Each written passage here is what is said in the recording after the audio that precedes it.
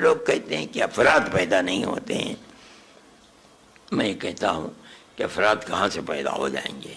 मैं अपने सर को पीटता हूँ कि दुनिया ये कहती है कि लीडरशिप नहीं है, अफराद नहीं है। मैं कहता हूँ कि लोग ऐसे थे जो अफराद को बनाना चाहते थे और बना दिया, बनाकर पेश कर दिया। नमस्कार, स्वागत है आपका हिंदू हेराल्ड के अंदर।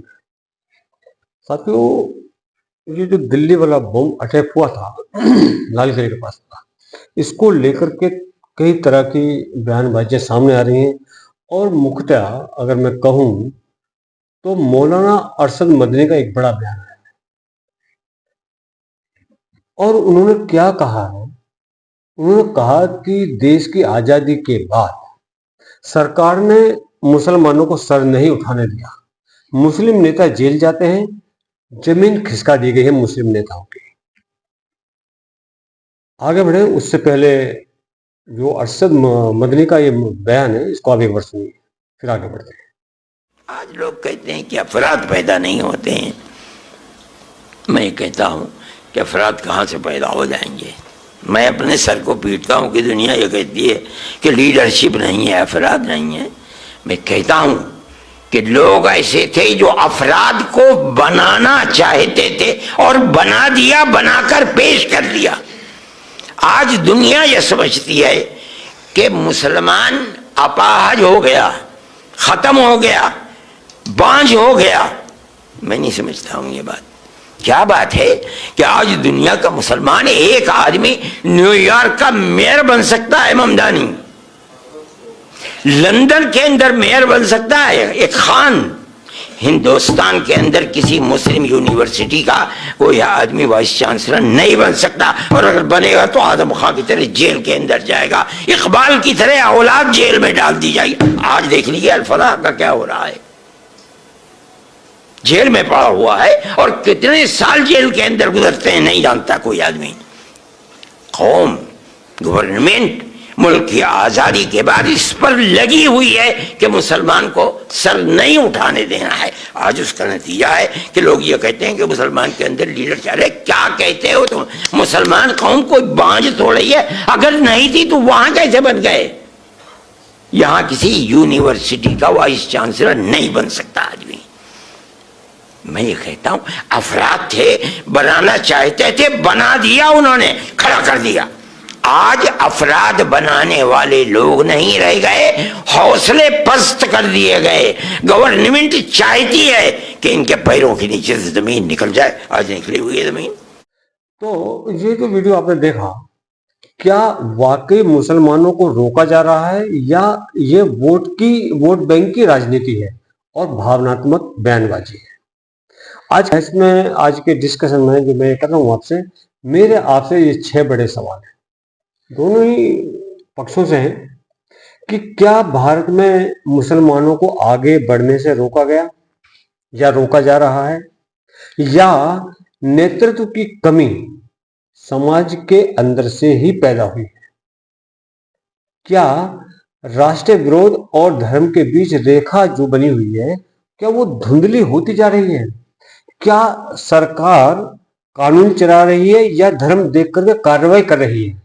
ये बड़ा सवाल है। क्या हर गिरफ्तारी को मुस्लिम दमन कहना सही है? और मुस्लिम असली समस्या की बात क्यों नहीं करते? ये सबसे बड़ा मेरा सवाल आपसे। दूसरा, मौलाना कहते हैं कि मुसलमानों को आजादी के बाद से सर उठाने नहीं दिया गया, नेतृत्व पैदा नहीं होने दिया। क्या मौलाना की ये बात सत्य है? इसका आप सभी जवाब दीजिए कमेंट करके। और सरकार रोक रही है या समुदाय के अंदर ही नेतृत्व विकसित नहीं हो पाया? इसका भी आप जवाब दीजिए। किसी यूनिवर्सिटी के कुलपति पर अगर कार्रवाई होती है, चांसलर पर या वाइस चांसलर पर अगर कार्रवाई होती है, तो उसे मुसलमानों पर अत्याचार क्यों कहा जाए?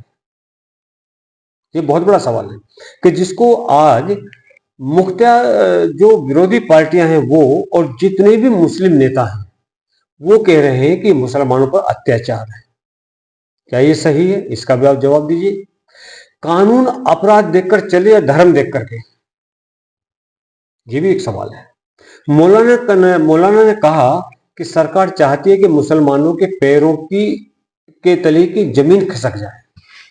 क्या यह सत्य है जो मौलाना कह रहे हैं?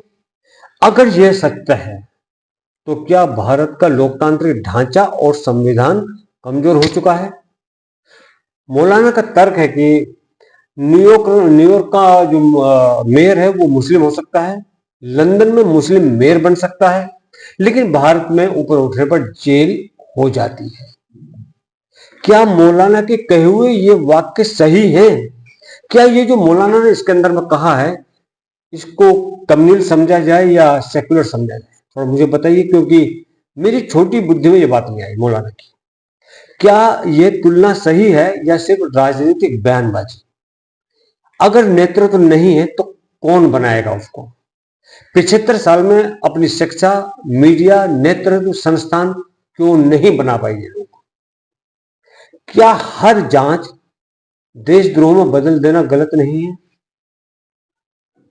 क्या सरकार को कार्यवाही पारदर्शी बनाने की आवश्यकता है? क्या मुसलमान की गिरफ्तारी को मुस्लिम की गिरफ्तारी और हिंदू की गिरफ्तारी को कानून कहना खतरनाक नहीं है? क्यों?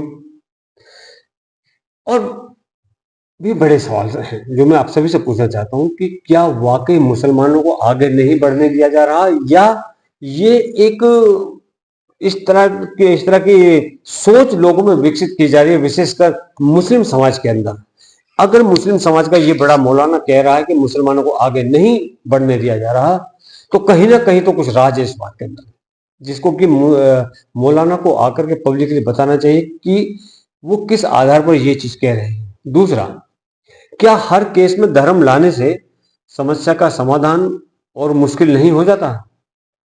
क्या भारत में राष्ट्रीय पहचान धर्म से बड़ी होनी चाहिए?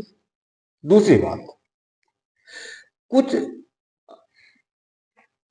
बातें और भी हैं कि कुछ समस्या सत्ता की है, कुछ नेतृत्व की है, और बहुत कुछ समाज के भीतर से भी बदलने की जरूरत है। जो देश एक मुस्लिम राष्ट्रपति, चीफ जस्टिस, बड़े वैज्ञानिक और सेना के सर्वोच्च पद देख चुका है, अगर अब भी केवल धर्म बनाम राष्ट्र में अटका है तो सवाल सरकार से भी है और समाज से भी। क्योंकि हमने देश का मुस्लिम राष्ट्रपति बनाकर देखा कि इस देश का राष्ट्रपति, ये तो मौलाना है खैर, अरशद मदनी साहब, लेकिन हमने देश के राष्ट्रपति को भी ये कहते हुए सुना है कि इस देश में मुस्लिम सेफ नहीं है, डरता है, मुस्लिम को डर लगता है। हमने इस देश के चीफ जस्टिसों को भी मुसलमान पक्ष के प्रति दयावान होते हुए देखा है। हमने सब देखा है, ये नहीं। और दूसरा, जिस संस्थान से, जिस विश्वविद्यालय से, जिस यूनिवर्सिटी से, अल फलाह यूनिवर्सिटी से 200 से ज्यादा जो डॉक्टर हैं वो शक के दायरे में हैं, और जो पकड़े गए हैं वो सारे के सारे अल फलाह यूनिवर्सिटी के हैं, तो क्या उस यूनिवर्सिटी को भारत विरोधी नहीं कहना चाहिए? क्या उस यूनिवर्सिटी पर बुलडोजर नहीं चलना चाहिए? क्या उस यूनिवर्सिटी के मालिक को जेल के अंदर नहीं डालना चाहिए? ये सवाल है। और मेरा आप सभी से निवेदन है कि अपने कमेंट्स अवश्य कीजिएगा। दूसरा, ये तो रही बात मौलाना अरशद मदनी की, लेकिन अब बात आती है इस देश की सबसे बड़ी बुरी पार्टी कांग्रेस की। यह वीडियो देखिए। I feel privileged to be able to say a few words on the life of another extraordinary, inspiring leader whom we are honoring. Former President Michelle Bachelet has seen at first hand loss, oppression, torture, and exile in her early years. So it is indeed an honor for the Indira Gandhi Memorial Trust to confer the Indira Gandhi Prize for Peace, Disarmament and Development 2024 on President Michelle Bachelet, who epitomizes the very essence of Indira Gandhi's life and work. इस video के अंदर में कांग्रेस ने एक Michel नाम की महिला को इंदिरा गांधी शांति पुरस्कार से सम्मानित किया। ये वो कांग्रेस है जिसके खुद के तार जॉर्ज सोरोस से जुड़े हुए मिले, और ये वही औरत है जिसने हमेशा भारत के विरुद्ध जहर उगला, और ये औरत भी जॉर्ज सोरोस से जुड़ी हुई है। और इस पर जो कांग्रेस के प्रवक्ता हैं, जो कांग्रेस के स्पोक्स पर्सन हैं, वो क्या क्या बयानबाजी देते हैं वो आप अगले वीडियो में देखिएगा। This titler has not been punished by any court so far. Until and unless someone is punished in the eyes of law is known an innocent person. ये विषय हार और जीत का नहीं है, ये विषय सही और गलत का है नाविका जी। क्रिटिसिज्म, कंस्ट्रक्टिव क्रिटिसिज्म जो है हमेशा सही एक सही स्टेप होता है। इसीलिए कबीर दास ने भी कहा था कि नंदक नीरे राखिए आंगन कुटी छवाए। बट ये भारतीय जनता पार्टी और गवर्नमेंट का इकोसिस्टम है कि अगर फॉरेन से कोई क्रिटिसिज्म आता है तो वो देश विरोधी हो जाता है, अगर फॉरेन से कोई प्रेज आता है तो उसको ऐसे हम सेलिब्रेट करते हैं कि जैसे हमने एक बहुत बड़ी जंग जीत ली हो। रही बात आपने जगदीश टाइटलर का जिक्र किया तो मैं वहीं से शुरू करता हूं। जगदीश टाइटलर जी के खिलाफ इंक्वायरियां किसने बिठाई?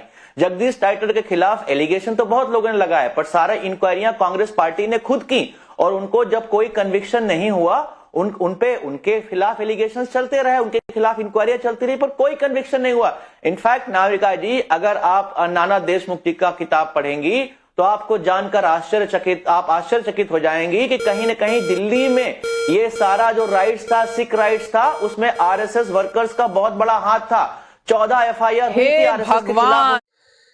मेरा आप सभी से निवेदन है कि अपने विचार, ये जो अल-फलाह यूनिवर्सिटी, इसके बारे में अवश्य दीजिए।